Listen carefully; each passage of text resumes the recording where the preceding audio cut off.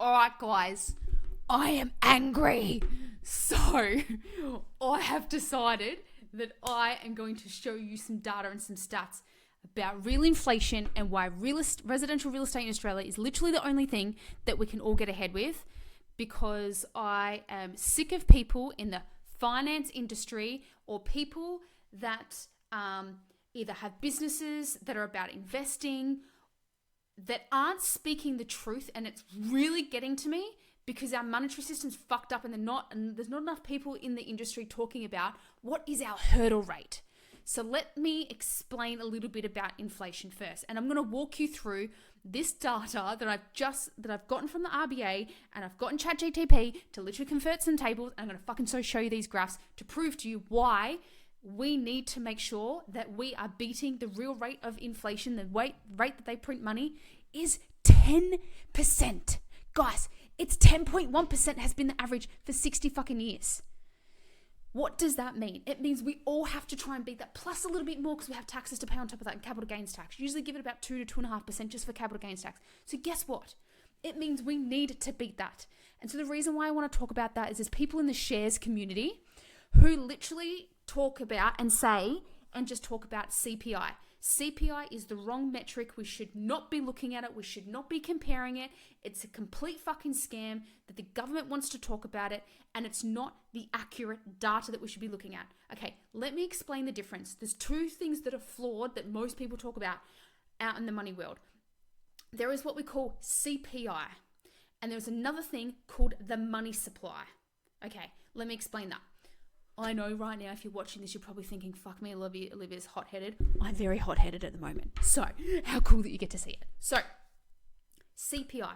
Let me explain what that is. CPI, imagine that after they print money, they go and start collecting some things, and they put some things in a bucket, okay? And some of these things that we use on a day-to-day life. For example, let's just say water, gas, electricity, the cost of this microphone, I don't know, your mobile phone, that sort of stuff, right? So we put it into the bucket. And now that is what we call CPI, where they grab those things that are in that bucket, but guess what? They exclude a bunch of everyday shit and don't add it to this bucket. Guess what they don't include? Housing, fresh produce, and oil, aka petrol. So the three main fucking things that we need to survive is not inside this bucket. Now, this is what CPI is. The government to keep talking about, it's 3 and 1%, 2 to 3% is their target. And yes, it went to like, I think 6% at its peak, right?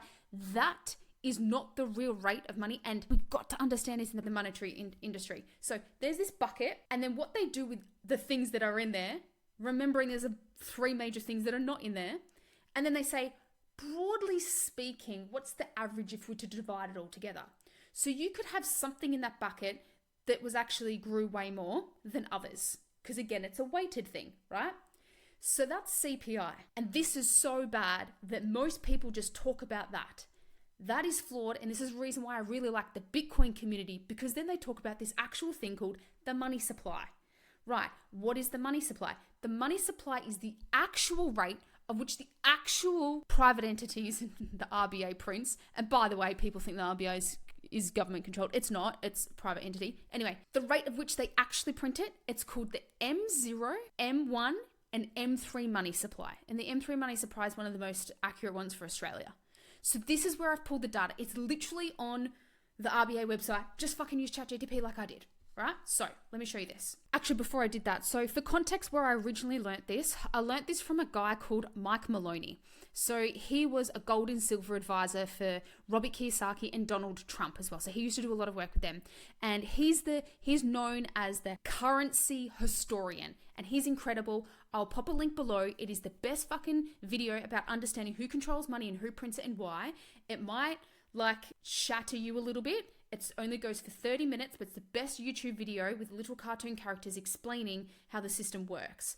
So that was the guy who I originally learned from back in 2017 to 2019 when I was a young 20-something-year-old. I went through this rabbit hole and I was like, holy fucking shit, this is the reason why getting a hold of debt is the most important thing, because debt is irrelevant with inflation. So when you have people in the monetary system or the investing community or anything like that. You need to understand what is your hurdle rate, and you need to hear from them.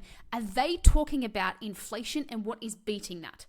So I don't give a fuck about what vehicle anyone chooses to use to get ahead in life. I'm just like, just choose the one or two that's going to beat the game, the system. And this right here, what I'm showing you, is the system. It's the game. Okay, so I already knew it was the M0, M3, M1 money supply. Right.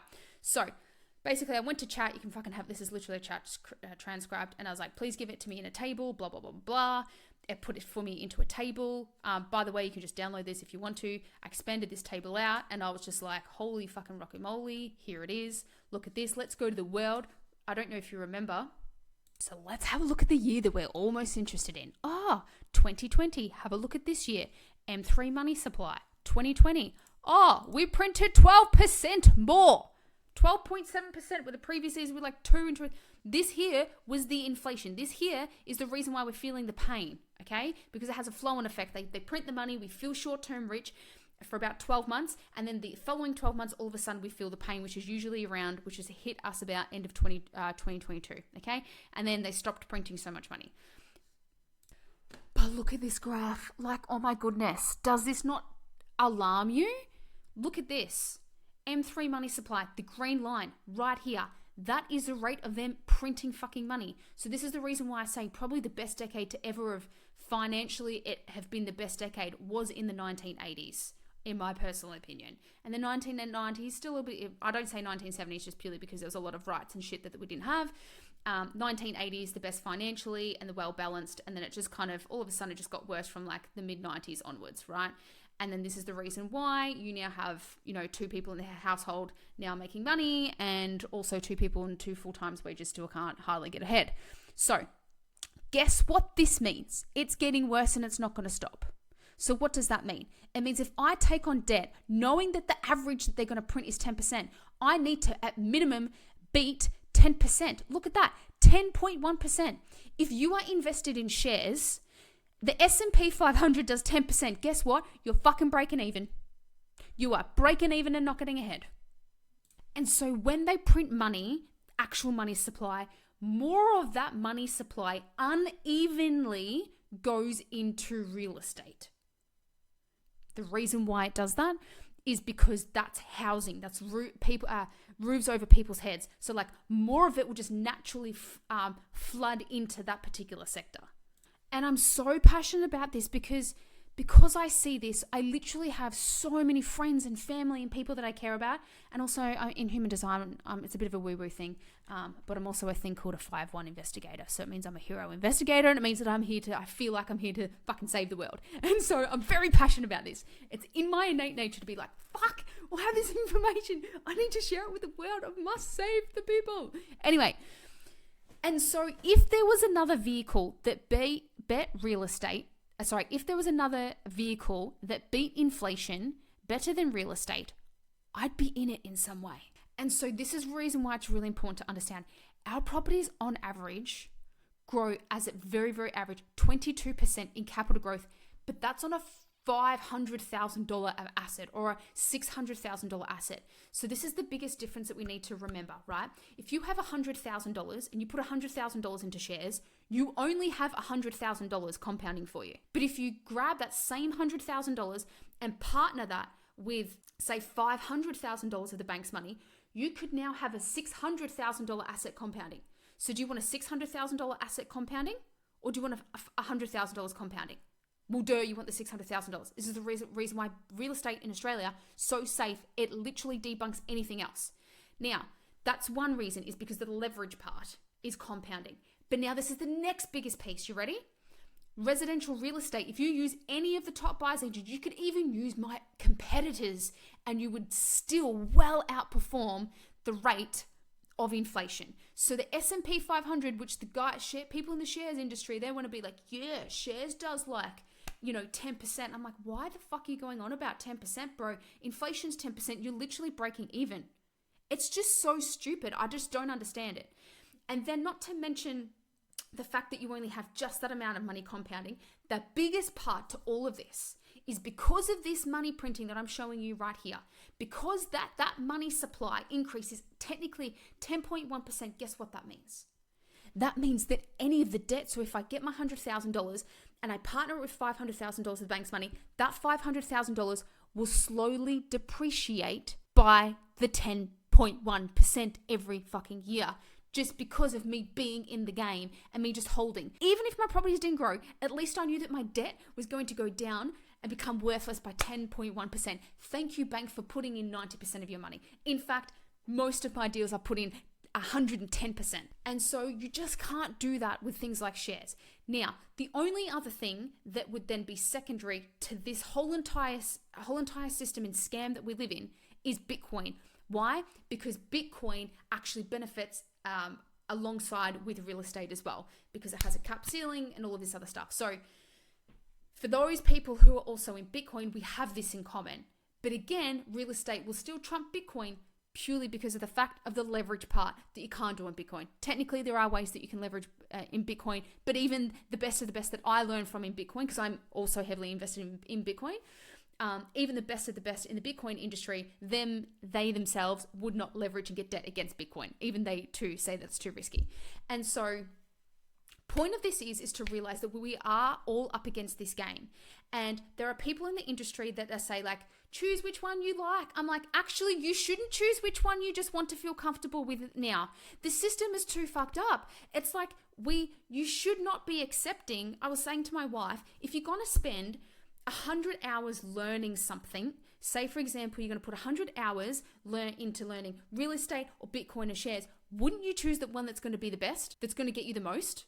And wouldn't you choose any downsides, any things that you think can go wrong? Wouldn't you learn how to get around those small things if you knew this and that this was the rate that we all have to beat? Now, there's only kind of one other thing that I have not broadly speaking, but this is business owners who are very successful business owners who have created large companies with teams and with data and have high profit margins and can be global. Like, they're the only things technically, in my personal opinion, unless 1% of the population know how to do that, because technically as a business owner, you can control your money and stay on costs, and you get to choose the pricing if you're the owner and stay on top of that. You cannot do that with shares. In fact, there is actually something else that will, if you can't do real estate, honestly, the Bitcoin, non-financial advice, right? But Bitcoin's the next one. But there is one other thing inside the share sort of industry, which is the NASDAQ. The NASDAQ on average it was either 18% or 22%. The fucking NASDAQ at least is best to be able to like talk about that. So like people talking about the S&P 500, I'm just like, it's dumb. It's so stupid to be talking about that. So anyway, rant over. Actually, not rant over. So if you are somebody that is in the financial industry in some way, even if you're indirectly involved, right? You might have a community where maybe you're not directly teaching it, but like you have other people coming in and talk about it. Then I personally believe that we have a duty of care to talk about this at a real level and to bring the real data to the table. And I could not sleep at night knowing if I did not give the full picture. That's it. I think I'm done. Am I done? Yeah, that feels good for me. Hope you enjoyed this. Anyway, leave a comment if you learned something.